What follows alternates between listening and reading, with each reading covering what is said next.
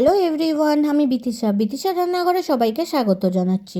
আজ যে recipe share করব সেটি হলো ছোট রুই মাছ দিয়ে মানকচুর হালকা ঝোল। চলুন তাহলে দেরি না করে রেসিপিটি দেখে নেওয়া যাক। বাবা রুই মাছ এনেছিল, বাবা মাছগুলোকে কেটে দিয়েছে।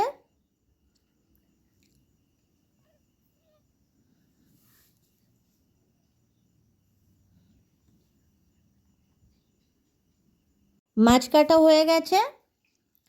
এরপর মাছগুলো ভালোভাবে পরিষ্কার করে ধুয়ে নেব। মাছগুলো ভালো করে ধুয়ে নেবার পর জল ঝরিয়ে একটি পাত্রে নিয়ে নেব।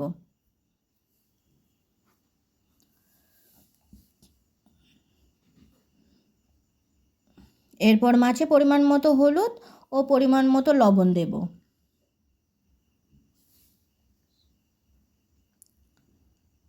প্রতি পিসে লবণ হলুদ ভালোভাবে মাখিয়ে নেব, আলাদা করে রেখে দেব। অন্যদিকে মানকচু ভালোভাবে খোসা ছাড়িয়ে কেটে নেব। মানকচু কাটা হয়ে গেছে, ভালোভাবে ধুয়ে জল ঝরিয়ে রেখে দেব।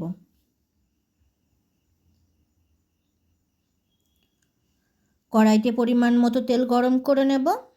তেল গরম হলে লবণ হলুদ মাখানো মাছগুলোকে এক এক করে গরম তেলের মধ্যে দিয়ে দেব।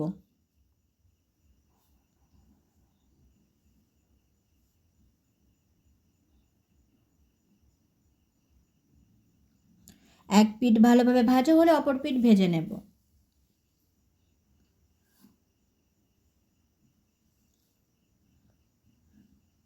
দুই পিঠ ভালোভাবে ভাজা হয়ে গেছে, ভাজা মাছগুলোকে এক এক করে তুলে নেব।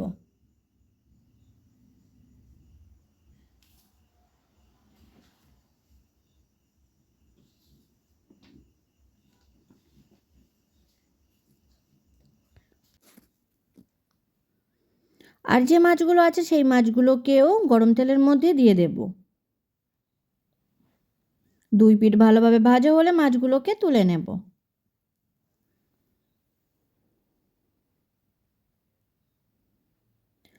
মাছ ভাজার তেলে দিয়ে দেব গোটা জিরে ও তেজপাতা ফোড়ন। ফোড়ন ভাজা হলে দিয়ে দেব মানকচু। কিছু সময় ভেজে নেব।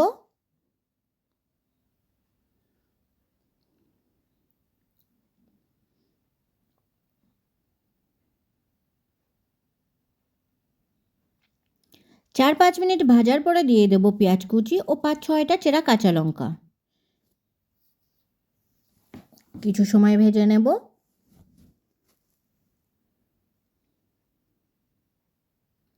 পেঁয়াজ কাঁচা লঙ্কা ভাজা হয়ে গেলে দিয়ে দেব আদা বাটা।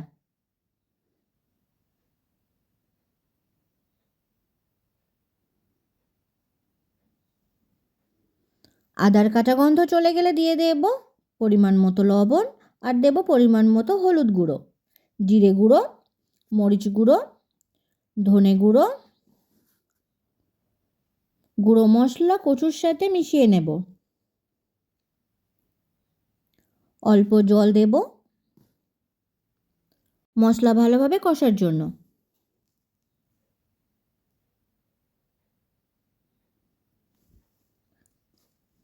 মশলা কষা হয়ে গেলে দেব টমেটো কুচি। টমেটো গলে গেলে দিয়ে দেব পরিমাণ মতো গরম জল।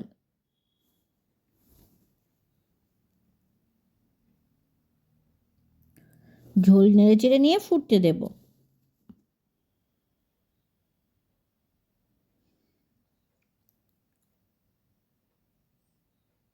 10-15 মিনিট ঝোল ফোটার পর দেখে নেব কচু সিদ্ধ হয়েছে কিনা।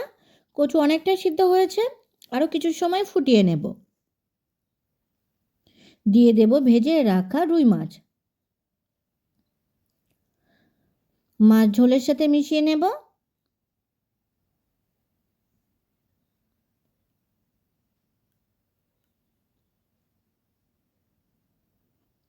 পাঁচ ছ মিনিট ভালোভাবে ঝোল ফোটার পর দেখে নেব কচু সিদ্ধ হয়েছে কিনা। কচু সিদ্ধ হয়ে গেছে, 2-3 মিনিট ফুটিয়ে নেব।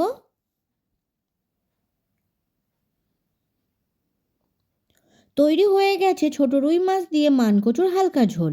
ভিডিওটি কেমন হয়েছে অবশ্যই কমেন্ট করে জানাবেন। আর ভিডিওটি যদি আপনাদের ভালো লেগে থাকে তাহলে চ্যানেলটিকে সাবস্ক্রাইব করতে একদম ভুলবেন না। ধন্যবাদ।